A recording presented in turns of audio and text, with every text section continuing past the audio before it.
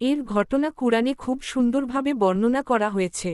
এটি ধৈর্য, তাওবা এবং আল্লাহর রহমতের একটি বড় শিক্ষা। হজরত ইউনুস এর ঘটনা। হজরত ইউনুস আল্লাহর একজন নবী ছিলেন। তিনি তার কওমকে আল্লাহর পথে ডাকতেন। তার কওম ছিল নিনাওয়া নামের একটি বড় শহরের মানুষ।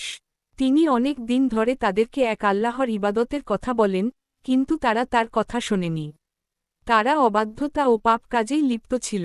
ইউনুস অনেক কষ্ট পেয়ে রাগ করে আল্লাহর অনুমতির অপেক্ষা না করেই কওম ছেড়ে চলে যান। কুরআনে এই ঘটনাকে বলা হয়েছে যে তিনি ক্রুদ্ধ অবস্থায় বের হয়ে গিয়েছিলেন। সমুদ্রের ঘটনা। পথে তিনি একটি নৌকায় ওঠেন। সমুদ্রের মাঝে নৌকাটি বিপদে পড়ে যায় এবং মানুষজন ধারণা করে কেউ একজনকে সমুদ্রে ফেলতে হবে। পরে লটারিতে তার নাম আসে। তখন তাকে সমুদ্রে ফেলে দেওয়া হয়। আল্লাহর নির্দেশে একটি বড় মাছ তাকে গিলে ফেলে। মাছের পেটের অন্ধকারে তিনি গভীরভাবে আল্লাহর কাছে দোয়া করেন, লা ইলাহা ইল্লা আনতা, সুবহানাকা ইন্নী কুনতু মিনাজ জালিমিন। আপনি ছাড়া কোনো ইলাহ নেই, আপনি পবিত্র, নিশ্চয়ই আমি জালিমদের একজন ছিলাম। মুক্তি। আল্লাহ তার দোয়া কবুল করেন এবং তাকে ক্ষমা করেন।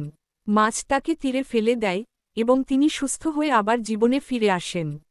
শিক্ষা। আল্লাহর কাজের সিদ্ধান্তে তাড়াহুড়া করা ঠিক নয়। বিপদে পড়লে আল্লাহর কাছে ফিরে যেতে হয়। সত্যিকারের তাওবা আল্লাহ গ্রহণ করেন। এই ঘটনা আমাদের শেখায় যে কোনো পরিস্থিতিতে আল্লাহর রহমত থেকে নিরাশ হওয়া যাবে না। এর ঘটনার আরও কিছু গুরুত্বপূর্ণ অংশ আছে, যেগুলো সাধারণভাবে অনেকেই জানে না। এগুলো কুরআনের বিভিন্ন বর্ণনা থেকে বোঝা যায়। কওমের সাথে পরবর্তী ঘটনা। ইউনুস নিনাওয়া শহর ছেড়ে যাওয়ার পর তার কওম প্রথমে মনে করেছিল যে এখন আর শাস্তি আসবে না। কিন্তু আল্লাহ তাদের অন্তরে ভয় সৃষ্টি করেন। তখন তারা বুঝতে পারে যে ইউনুস সত্য নবী ছিলেন। এরপর তারা সবাই একসাথে, শহরের বড় ছোট সবাই, নারী, পুরুষ, এমনকি পশুদেরও আলাদা করে আল্লাহর কাছে তাওবা করে কাঁদতে থাকে। আল্লাহ তাদের এই আন্তরিক তাওবা কবুল করেন এবং তাদের উপর থেকে শাস্তি তুলে নেন। এভাবে পুরো একটি জাতি ধ্বংস হওয়া থেকে বেঁচে যায়। ইউনুস এর শিক্ষা ও ভুলের সংশোধন। ইউনুস প্রথমে কওমকে দ্রুত ছেড়ে যাওয়ায় আল্লাহ তাকে একটি শিক্ষা দেন। তিনি বুঝতে পারেন যে নবীর দায়িত্ব ধৈর্য ধরে মানুষকে দাওয়াত দেওয়া। মাছের পেটের অন্ধকারে তিনি যে দোয়া করেন, লা ইলাহা ইল্লা আনতা সুবহানাকা ইন্নী কুনতু মিনাজ জালিমিন, এই দোয়াটি ইসলামে সবচেয়ে শক্তিশালী তাওবার দোয়া হিসেবে পরিচিত। আল্লাহর রহমতের নিদর্শন। এই ঘটনায় দুটি বড় শিক্ষা পাওয়া যায়। একটি জাতি যখন সত্যিকারের তাওবা করে, আল্লাহ তাদের ক্ষমা করেন। একজন মানুষ যত বড় ভুল করুক, আন্তরিকভাবে ফিরে এলে আল্লাহ তাকে গ্রহণ করেন।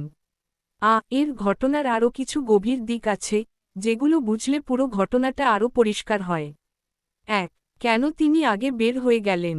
ইউনুস দীর্ঘ সময় ধরে তার কওমকে দাওয়াত দিয়েছিলেন, কিন্তু তারা অবাধ্যতা করতেই থাকে। এক পর্যায়ে তিনি ধারণা করেন যে তারা আর ঈমান আনবে না। তাই তিনি আল্লাহর চূড়ান্ত নির্দেশের অপেক্ষা না করেই চলে যান। কুরআনে ইঙ্গিত করা হয়েছে, এটা তার একটি মানবিক ভুল ছিল, নবুয়তের দায়িত্বে তাড়াহুড়া করা। ২. গাছহীন মরুভূমিতে পরীক্ষা। মাছ তাকে তীরে ফেলে দেওয়ার পর তিনি খুব দুর্বল হয়ে পড়েন। তখন আল্লাহ তার জন্য একটি গাছ, কিছু তাফসিরে কুমড়া গাছ বলা হয়, তৈরি করে দেন যাতে তিনি ছায়া ও খাবার পান। এখানে আল্লাহ তাকে ধীরে ধীরে আবার শক্ত করে তোলেন।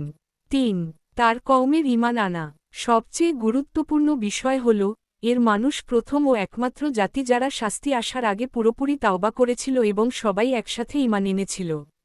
এটা একটি বিরল ঘটনা, কারণ সাধারণত জাতির উপর শাস্তি এলে তাওবা করার সুযোগ থাকে না। ৪. শিক্ষা, গভীর অর্থ। এই ঘটনার বড় শিক্ষাগুলো হল, দাওয়াতে ধৈর্য সবচেয়ে গুরুত্বপূর্ণ। আল্লাহর সিদ্ধান্তের আগে নিজের সিদ্ধান্ত নেওয়া ঠিক নয়। তাওবা করলে আল্লাহ অতীত সব মুছে দেন। এক মুহূর্তের অনুতাপও পুরো জীবন পরিবর্তন করতে পারে।